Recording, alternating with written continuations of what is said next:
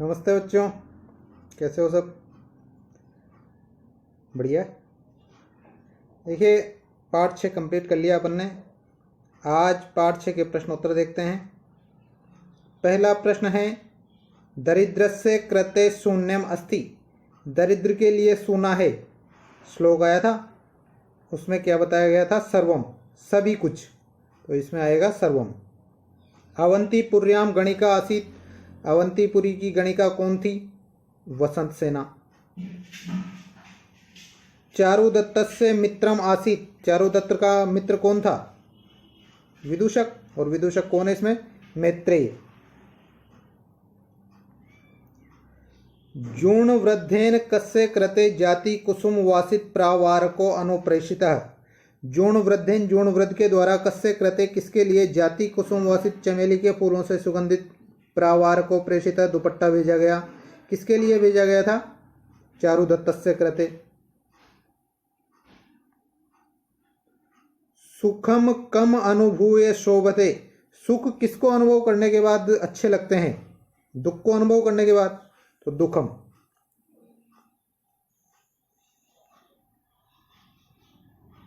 अति लघुत्रात्मक प्रश्न में पहला प्रश्न है, दरिद्र ब्राह्मणस्य किम नाम। तो दरिद्र ब्राह्मण का क्या नाम था? चारुदत्तः। पूरे पाठ में चारुदत्ती आ रहा है। चारुदत्तः कुत्र निवसति स्म। जहां भी कुत्र आ जाए वहां पर आपको उत्तर सप्तमी विभक्ति में देना। तो कहां पर रहता था? अवंतीपुर्याम।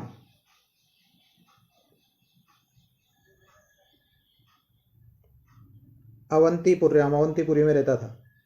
जूर्णवृद्धेन चारुदत्तस्य कृते किम प्रेषिता। जूर्णवृद्ध ने चारुदत्त के लिए क्या भेजा? जाति कुसुम वासित।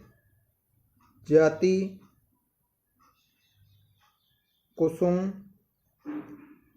वासितः प्रावारकः। चमेली के फूलों से सुगंधित दुपट्टा भेजा। क जनः धृतः शरीरेण मृतवत जीवति। कौन व्यक्ति शरीर को धारण करता हुआ भी मरे हुए व्यक्ति के समान जीवित रहता है? तो इसका उत्तर है कि जो व्यक्ति सुख भोग करने के बाद दरिद्र हो जाता है वो मरे हुए व्यक्ति के समान जीवित रहता है। तो लिखो इसका उत्तर, ये सुखात दरिद्रताम याति। जो सुख के बाद दरिद्रता को प्राप्त करता है, स धृतः शरीरेण मृतः एव जीवति। मृतः एव जीवति। ठीक है। सर्वापदाम स्थानम किम। सभी आपदाओं का स्थान क्या है? निर्धनता या गरीबी आया था? दरिद्रता। दरिद्रता लिख लेना या निर्धनता लिख लेना।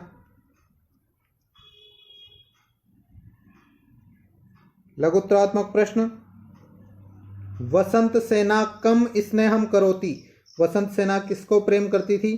चारुदत्त को। द्वितीय विभक्ति में पूछा है तो उत्तर भी किसमें आएगा? द्वितीय विभक्ति में। चारुदत्तम, चारुदत्त को, कर्ता ने, कर्म को। केन विना गृहम शून्यम भवति। केन विना, किसके बिना घर सूना होता है? पुत्रेण विना। पुत्रेण विना, विना के योग में तृतीय विभक्ति आई है। पाठ में आया था अपुत्रस्य गृहम शून्यम। तो पुत्रेण विना गृहम शून्यम भवति।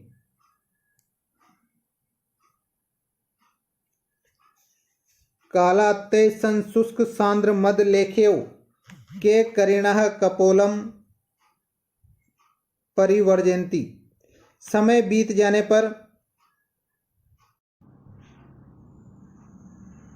किसके द्वारा सूखी हुई मदलेखा वाले करिणा यानी हाथी के कपोलम यानी गालों को वर्जयंती यानी त्याग दिया जाता है? किसके द्वारा त्याग दिया जाता है? तो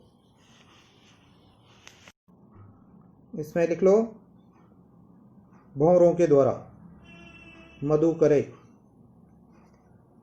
घना अंधकारे कस्य दर्शनम शोभते, गहरे अंधकार में किसका दर्शन अच्छा लगता है। कस्य षष्ठी विभक्ति है तो उत्तर भी षष्ठी विभक्ति में आएगा, दीपकस्य। घना अंधकारे दीपकस्य दर्शनम शोभते। नष्ट धनाश्रय से जना कस्मात् भावात् शिथिली भवंती, जिस व्यक्ति का धन नष्ट हो जाता है उससे लोग किस भाव से शिथिल हो जाते हैं या उसके साथ कौन सा भाव नहीं रखते हैं। तो पाठ में क्या बताया गया था कि जिस व्यक्ति का धन नष्ट हो जाता है उसके मित्रता के भाव से भी व्यक्ति शिथिल हो जाते हैं।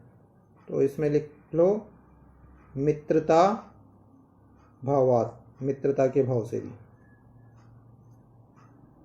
अब मैंने इसमें जितने भी लिखा है, जैसे ये मित्रता भावात् कहाँ पर आएगा, तो यहाँ कस्मात् भावात् की जगह, बाकी आगे कार पीछे का वैसा आएगा। इस चौथे में कस्य, कस्य की जगह क्या आ जाएगा, दीपकस्य, बाकी आगे पीछे का वैसा ही लिखना है। के की जगह क्या आ जाएगा, मधुकरे। केन की जगह क्या आ जाएगा, पुत्रेण, बाकी का वैसा ही लिखना है। कम की जगह क्या आ जाएगा, चारुदत्तम, और आगे पीछे का वैसा ही लिखना है, मतलब आपको पूरी लाइन लिखनी है। आगे देखते हैं।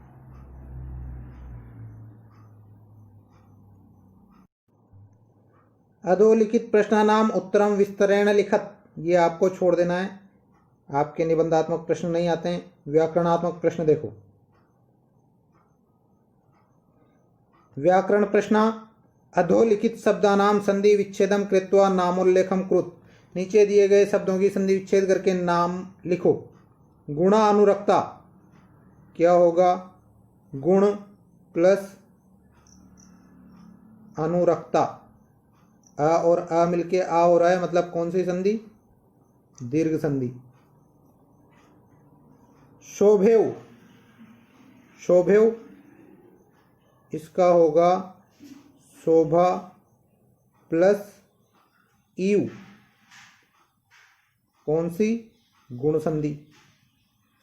सुरतो उत्सव आश्रयम, तो यहाँ पर ये पीछे वाला छोड़ देना है अपने को, सुरतोत्सव का करना है, तो सुरत प्लस उत्सवाश्रयम।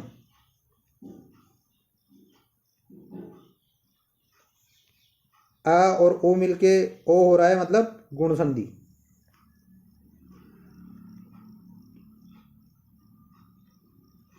एषो अस्मि,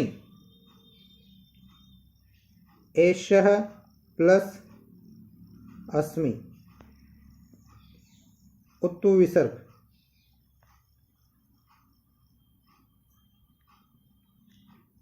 खल्वेषः, खलु प्लस एषः, ऊ का वह किस में होता है, यण संधि में। कुसुमोपहार,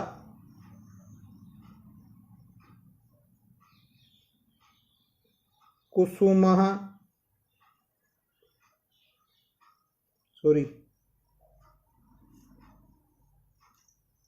कुसुम प्लस उपहार, गुण संधि। मयेव, मया प्लस एव, दो मात्राएं किसमें होती है, वृद्धि संधि में। सामासिक पदों का समास विग्रह करके समास का नाम लिखना है।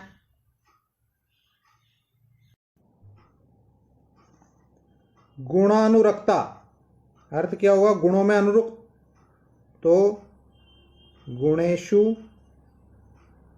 यानी गुणों में अनुरक्ता, सप्तमी विभक्ति आ गई, इसका मतलब सप्तमी तत्पुरुष। गुड़ोदनम, गुड़ः च ओदनम च,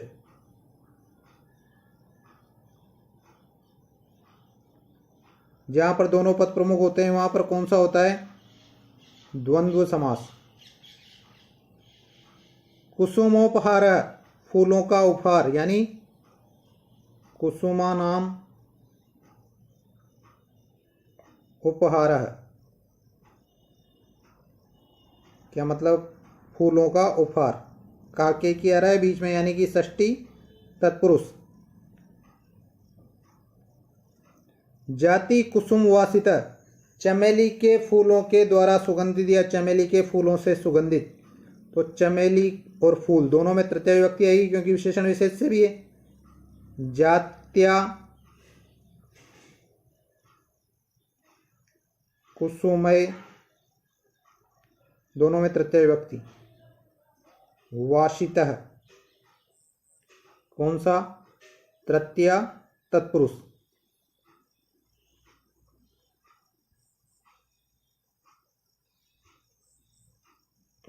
दुखान्यनुभूति, दुखानी अनुभूय, दुखों को अनुभव करना। को, कर्ता ने कर्म को यानी द्वितीय विभक्ति, द्वितीय तत्पुरुष। विभव नाशः यानी विभव का नाश या धन का नाश। तो इसका होगा विभवस्य, षष्ठी में आ रहा है ना, विभवस्य यानी धन का नाशः। कौन सा होगा? षष्ठी तत्पुरुष। सर्वापदामास्पदम, सभी आपदाओं का घर, का घर, षष्ठी आ रहा है तो सर्वासाम, आपदा स्त्रीलिंग है इस वजह से सर्वासाम आपदा नाम आस्पदम। कौन सा है? षष्ठी तत्पुरुष। ग्रह देवताभ्य, घर के देवताओं के लिए, घर के, षष्ठी काके की रेरी, ग्रह से देवताभ्य।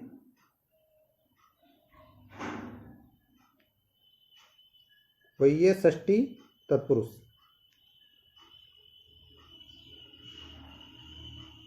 नीचे दिए गए शब्दों में अधोलिखित शब्दानाम उपसर्ग प्रकृति प्रत्यय लिखत। उपसर्ग है तो उपसर्ग लिखना है और प्रकृति प्रत्यय लिखना है। उपदिष्टः, उप उपसर्ग, दिश धातु और कत प्रत्यय। संवृतः, सम उपसर्ग, वृत्त धातु, कत प्रत्यय। प्रविश्य, प्र उपसर्ग, विष धातु, लेप प्रत्यय। उपनेतव्य, उप उपसर्ग, नी धातु और तव्यत प्रत्यय।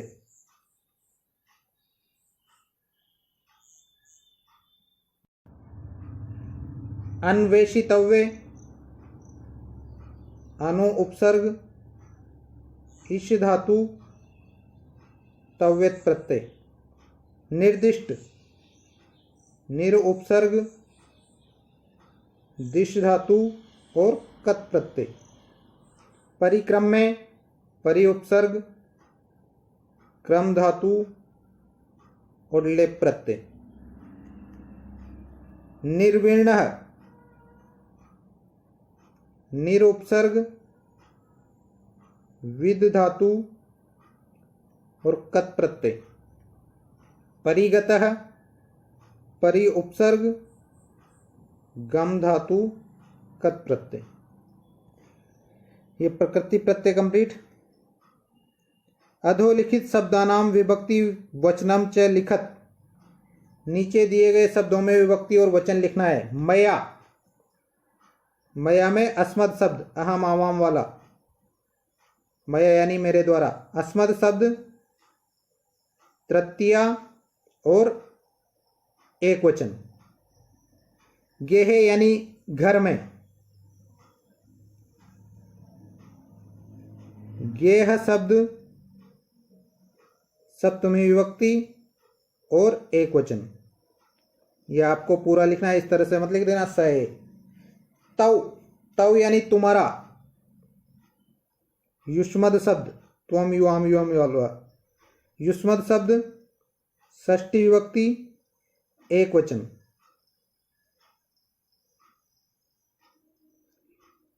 केन, किम शब्द केन यानी किसके द्वारा, तृतीय विभक्ति एक वचन। वृद्धेन यानी वृद्ध के द्वारा, तो वृद्ध शब्द तृतीय विभक्ति एक वचन। मित्रम, मित्र को द्वितीय विभक्ति। मित्र शब्द प्रथमा भी है इसमें, प्रथमा और द्वितीय विभक्ति और एक वचन। वाग भी यानी वाणी से, वाक शब्द तृतीय विभक्ति बहुवचन।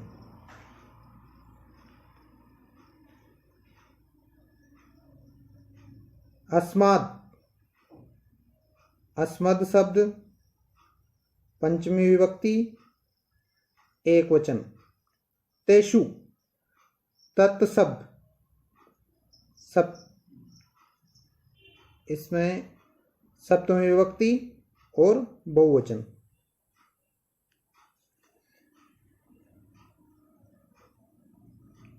आगे देखते हैं लकार पुरुष वचन।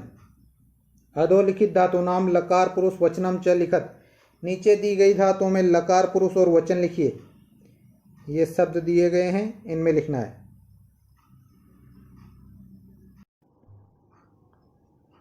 पृच्छामि, लट लकार पुरुष है, उत्तम पुरुष, वचन है एक वचन। अस्ति, अस धातु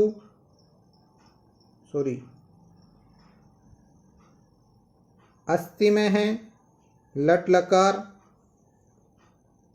प्रथम पुरुष एक वचन। हशिष्यामि, इसमें भी लट लकार उत्तम पुरुष एक वचन। छेत्स्यति, लट लकार प्रथम पुरुष एक वचन। पतति, पत धातु है, इसमें लट लकार प्रथम पुरुष एक वचन। छेत्स्यति, ये छेत्स्यति में लट लकार नहीं है, इसमें लिखना लिट लकार, भविष्य काल है लिट लकार।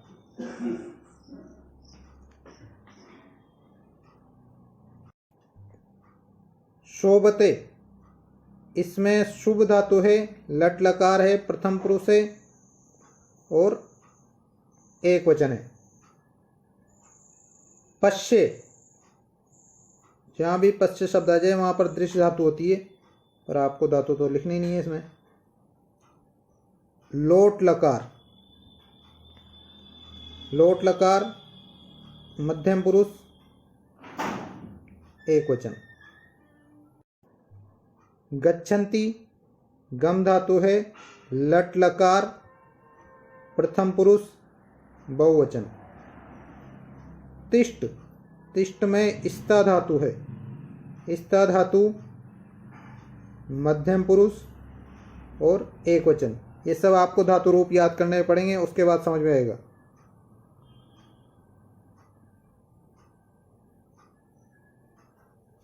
अधोलिखित अव्ययानाम प्रयोगम कृत्वा वाक्य निर्माणम कुरुत। नीचे दिए गए अव्ययों का प्रयोग करके वाक्य का निर्माण करो।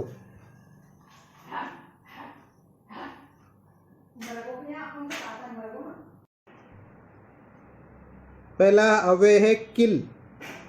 गायन्ति देवाः किल गीतकानि। देवता निश्चित रूप से या निश्चय ही गीत गाते हैं, इसका अर्थ है निश्चय ही। दूसरा है कदा। कदा का मतलब होता है कब। त्वम विद्यालयम कदा गमिष्यसि।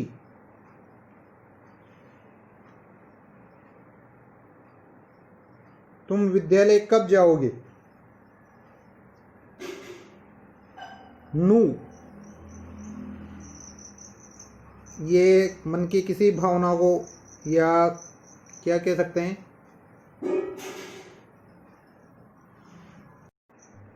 उत्साह या बेचैनी को दिखाने के लिए इसका प्रयोग किया जाता है। तो कदा नु त्वाम प्रेक्षिष्ये, कब तुम्हें देखूंगा। अपि, अपि यानी भी। अहम अपि अत्रैव पठति, मैं भी यहीं पढ़ता हूँ।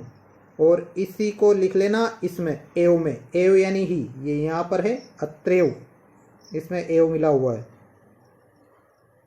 अध यानी नीचे, अध यानी नीचे। तो वृक्षस्य अध गावः सन्ति, वृक्ष के नीचे गायें हैं। तावत का अर्थ है तो या तब तक। तो यावत जब तक, त्वम पठसि जब तक तुम पढ़ते हो, तावत तब तक,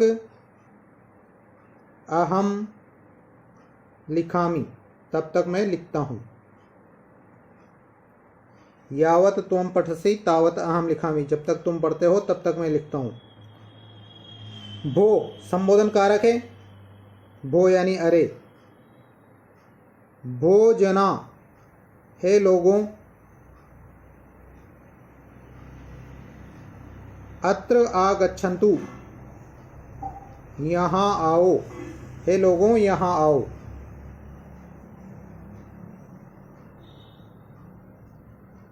अधोलिखित वाक्यानाम शुद्ध रूपम पुनः लिखत, ये कारक के प्रश्न है। कारक प्रयोग में किसी व्यक्ति का प्रयोग कहाँ पर होता है? स्वस्ति भवान। तो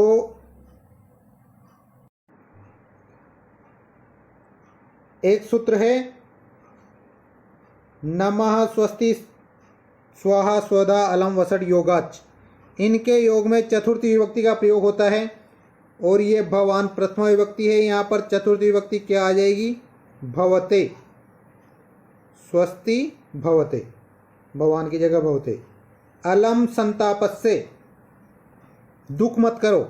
और मैंने बताया था कि अगर अलम का अर्थ मना करना होता है तो उसके अर्थ में तृतीय विभक्ति आएगी। तो संतापस्य षष्ठी में है, इसकी जगह तृतीया का क्या रूप बनेगा? संतपितेन, अलम संतपितेन। वयस्य न मम अर्थस्य प्रतिदैन्यम, वयस्य है मित्र, न मम मुझे अर्थस्य प्रतिदैन्यम धन का दुख नहीं है। प्रति के योग में कौन सी विभक्ति आती है? द्वितीय विभक्ति। तो अर्थस्य की जगह क्या आ जाएगा? अर्थान। आपको पूरा वाक्य लिखना है, जो शब्द सही है वो मैं यहाँ पे लिख रहा हूं।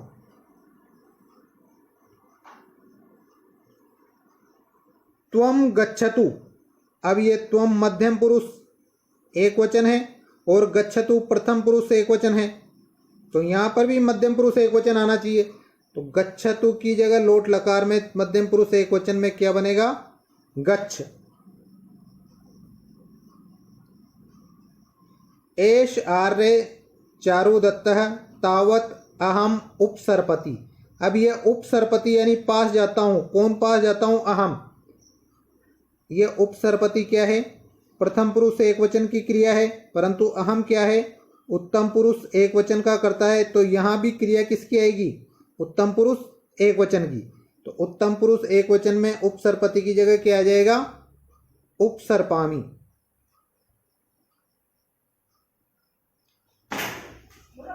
और ये आपके पाठ 6 के प्रश्न उत्तर सारे के सारे कंप्लीट। कल पूरा काम करके ग्रुप में डाल देना। धन्यवाद।